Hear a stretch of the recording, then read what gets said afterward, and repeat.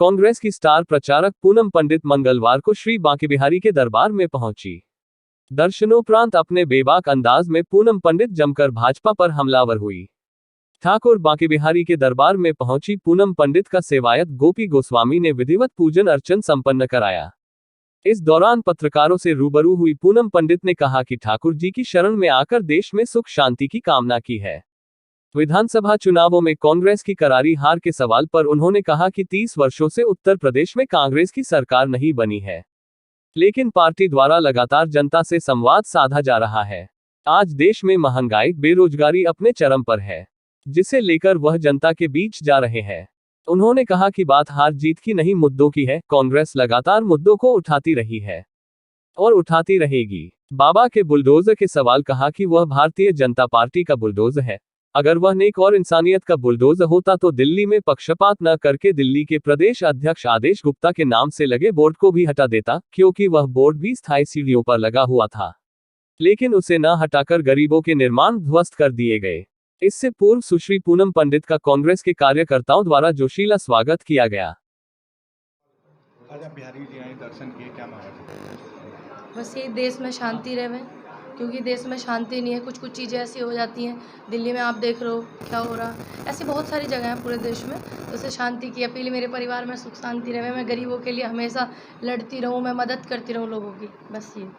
चुनाव परिणाम के बाद में जो कांग्रेस का हाल उत्तर प्रदेश में हुआ है, उसके लिए आपकी क्या तैयारी है? देखिए, हम लोग है ना अपना 25 साल से 30 साल से कांग्रेस नहीं है उत्तर प्रदेश में, ठीक है। उसके बावजूद भी हम मेहनत कर रहे हैं ना, हम लोगों के मुद्दे उठा रहे हैं, महंगाई के मुद्दे उठा रहे हैं, बेरोजगारी इतनी है उसे उठा रहे, और लड़कियों के बलात्कार हो जाए, उन बेटियों के साथ में कोई खड़े ना होते तब कांग्रेस खड़ी होती है। तो हम विपक्ष में, हमारा काम है मुद्दे उठाना। हार जीत एक अलग अलग चीज़ है, हार विषय नहीं है, जीत विषय नहीं है। विषय है कि हम कितना लोगों के लिए काम कर रहे हैं, तो हम वो मेहनत कर रहे हैं, वो करते रहेंगे। शूटिंग में आपका बहुत अच्छा सफ़र रहा था, अब क्या राजनीति रहेगी या दोबारा खेल में वापस? नहीं, मैं मेरे आर्थिक स्थिति घर परिवार के ठीक न होने की वजह से 2018 में मैंने शूटिंग छोड़ दिया था, और अभी मैं अपने परिवार की बहुत जिम्मेदार हूँ, वो जिम्मेदारी पूरी करूँगी। और अब मुझ में जिम्मेदारियाँ बहुत ज़्यादा हो गई हैं, परिवार बड़ा हो गया है, देश की जनता का परिवार मेरा परिवार है, तो मैं उनकी जिम्मेदारियों को, उनकी आवाज़ को बुलंद करने का काम ज़्यादा बेहतर समझती हूँ। क्या संदेश देना चाहेंगे?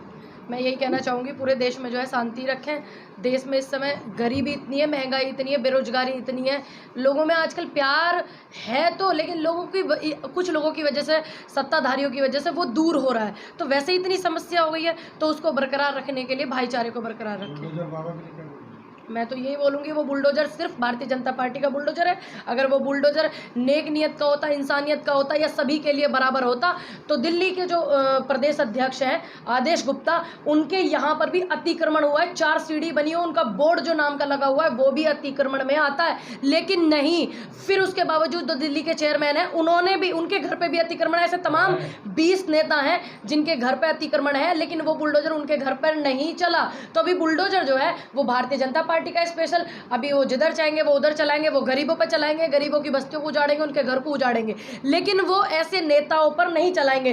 तो मैं अपील करती हूँ भारतीय जनता पार्टी से, हालांकि मुझे लगता नहीं कुछ होगा, लेकिन फिर भी मैं अपील करती हूँ कि अतिक्रमण गलत है, आपकी नज़रों में तो गलत है। अभी मेरी तरफ से किसी के भी घर पर आप बुलडोजर चलाओ, अगर अतिक्रमण हुआ है, लेकिन आदेश गुप्ता दिल्ली के जो प्रदेश अध्यक्ष है, उनके घर पर कब चलेगा? वो जो आज तक की पत्रकार है, इधर उधर कूद रही थी बुलडोजर पर बैठ करके, वो कब दिखाने जा रही है कि आज आदेश गुप्ता के घर पे बुलडोजर चलेगा?